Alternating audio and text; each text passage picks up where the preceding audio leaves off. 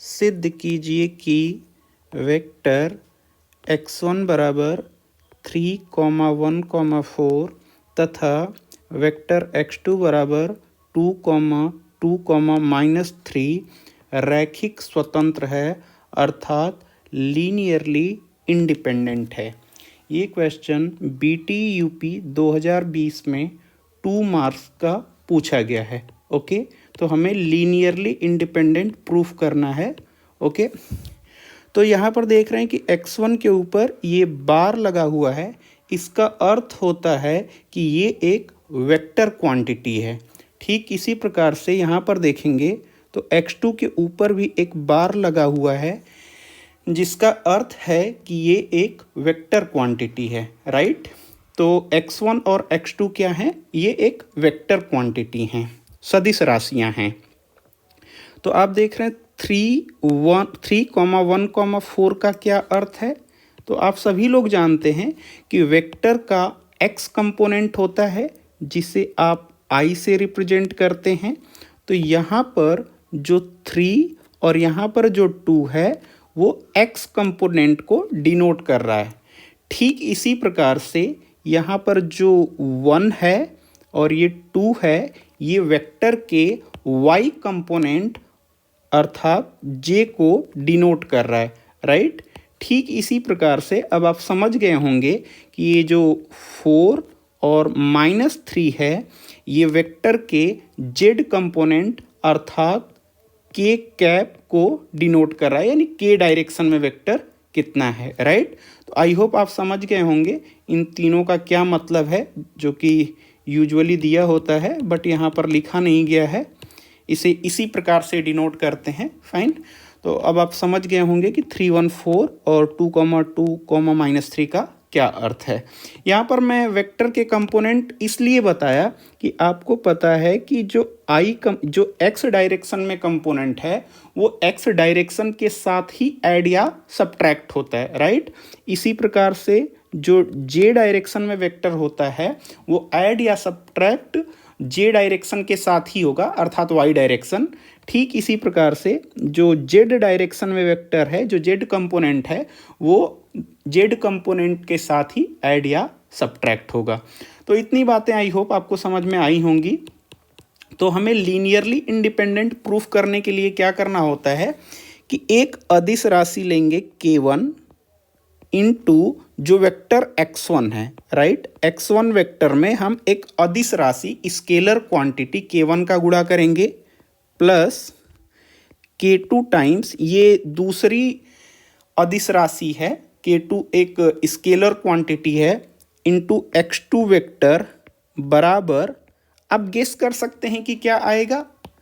ये एक वेक्टर ही आएगा ऑब्वियसली। देखिए x1 एक वेक्टर है जो xyz कंपोनेंट है, उसमें हम एक अदिश राशि k1 का गुणा कर रहे हैं, राइट। ठीक इसी प्रकार से x2 एक वेक्टर क्वांटिटी है जिसके ijk यानी xyz कंपोनेंट है, उसमें एक अदिश राशि k2 का गुणा कर रहे हैं। तो ये एक ये एक सदिश राशि ही आएगा, राइट। और ये आना चाहिए आपका O। अब O क्या है? O एक नल रो वेक्टर है। O क्या है? जस्ट अ सेकेंड, मैं यहाँ पर लिख देता हूँ। O क्या है? एक नल रो वेक्टर। अभी इसका मैं मतलब बताता हूँ आपको। नल रो वेक्टर, आपको पता है कि सिमिलर क्वांटिटी जब ऐड करते हैं तो सिमिलर क्वांटिटी ही आती है। तो अगर यहाँ पर वेक्टर ऐड कर रहे हैं तो यहाँ पर भी एक वेक्टर ही आएगा, राइट। और यहाँ पर अगर x1 और x2 के ijk कंपोनेंट है तो ये जो O है, जो नल रो वेक्टर है, इसका भी ijk कंपोनेंट आएगा। नल का अर्थ होता है शून्य, जीरो। तो ये वेक्टर के तीनों कंपोनेंट जीरो आने चाहिए, ठीक है।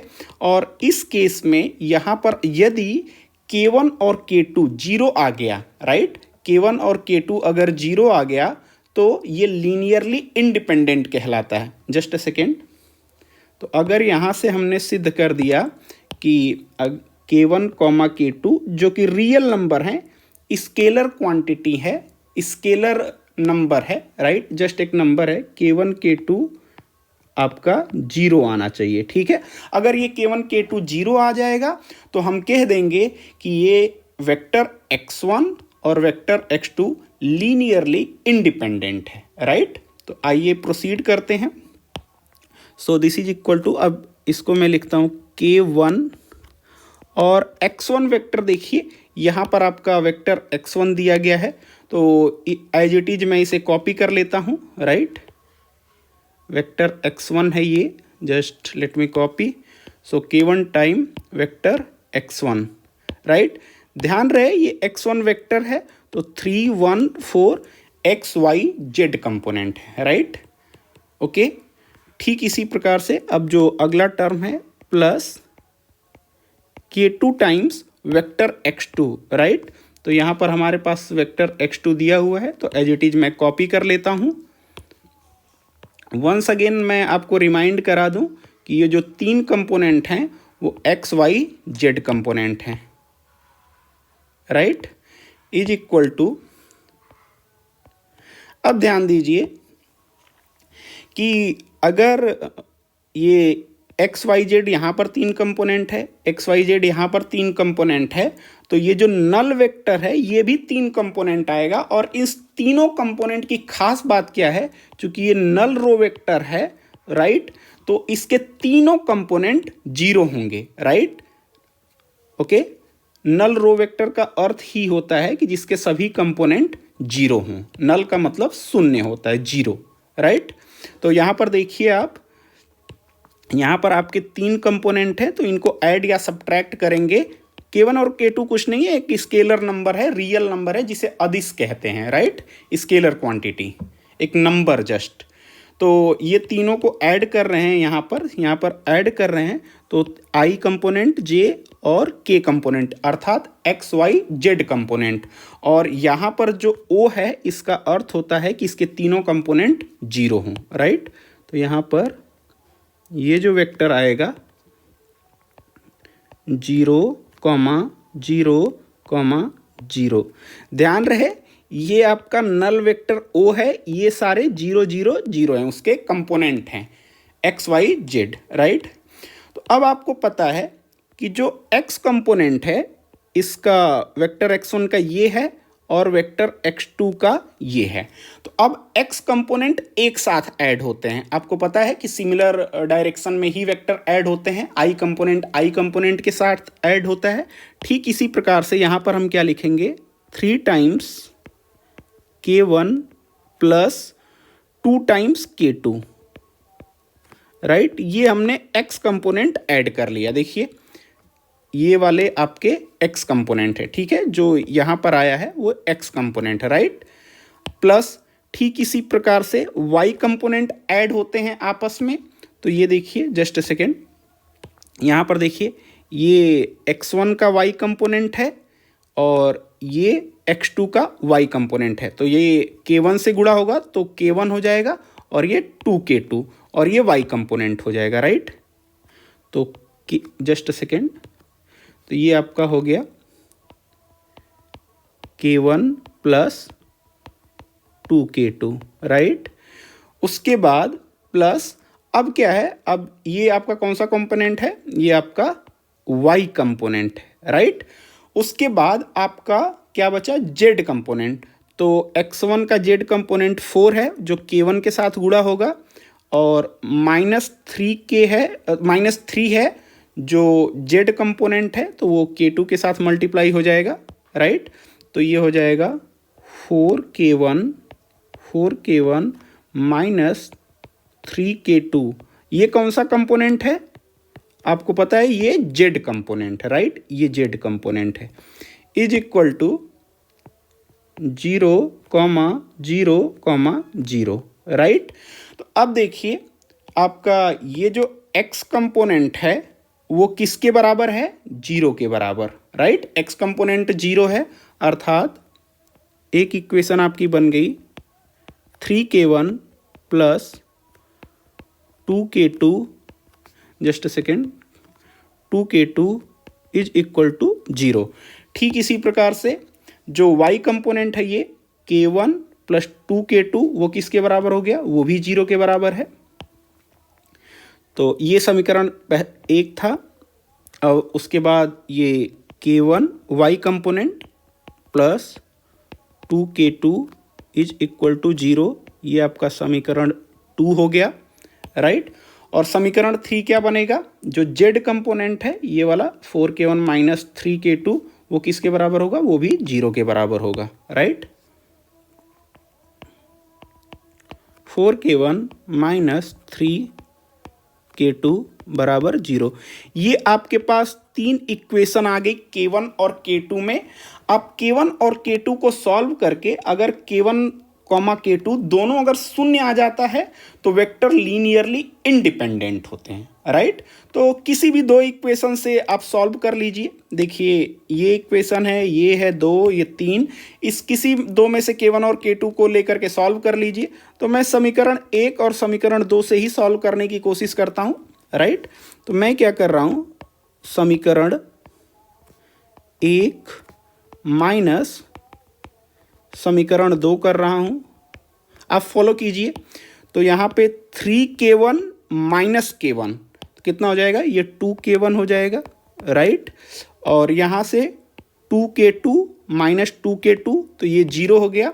सो this is equal to, right side में क्या है, 0 माइनस 0, तो ये कितना हो गया, 0। तो यहां से K1 बराबर क्या हो गया, 0, राइट। K1 बराबर 0 हो गया। उसके बाद K1 का मान आप किसी भी समीकरण में रख दीजिए। तो मैं K1 का मान समीकरण 1 में रख रहा हूं, का मान समीकरण 1 में रखने पर, राइट, समीकरण 1 में रखेंगे तो 3 टाइम्स K1 की वैल्यू 0 आई है, plus 2 times K2 is equal to 0। तो यहाँ से 3 इंटू 0 0 हो जाएगा, तो 2K2 इक्वल टू 0। तो यहाँ से K2 का मान क्या आ गया, 0, राइट। तो आपने क्या देखा, K1 K2 is equal to 0, इसलिए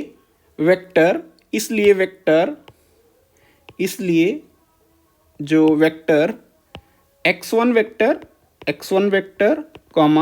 x2 vector are linearly independent, ठीक है, रैखिक स्वतंत्र हैं, linearly LINEAR linearly independent, right.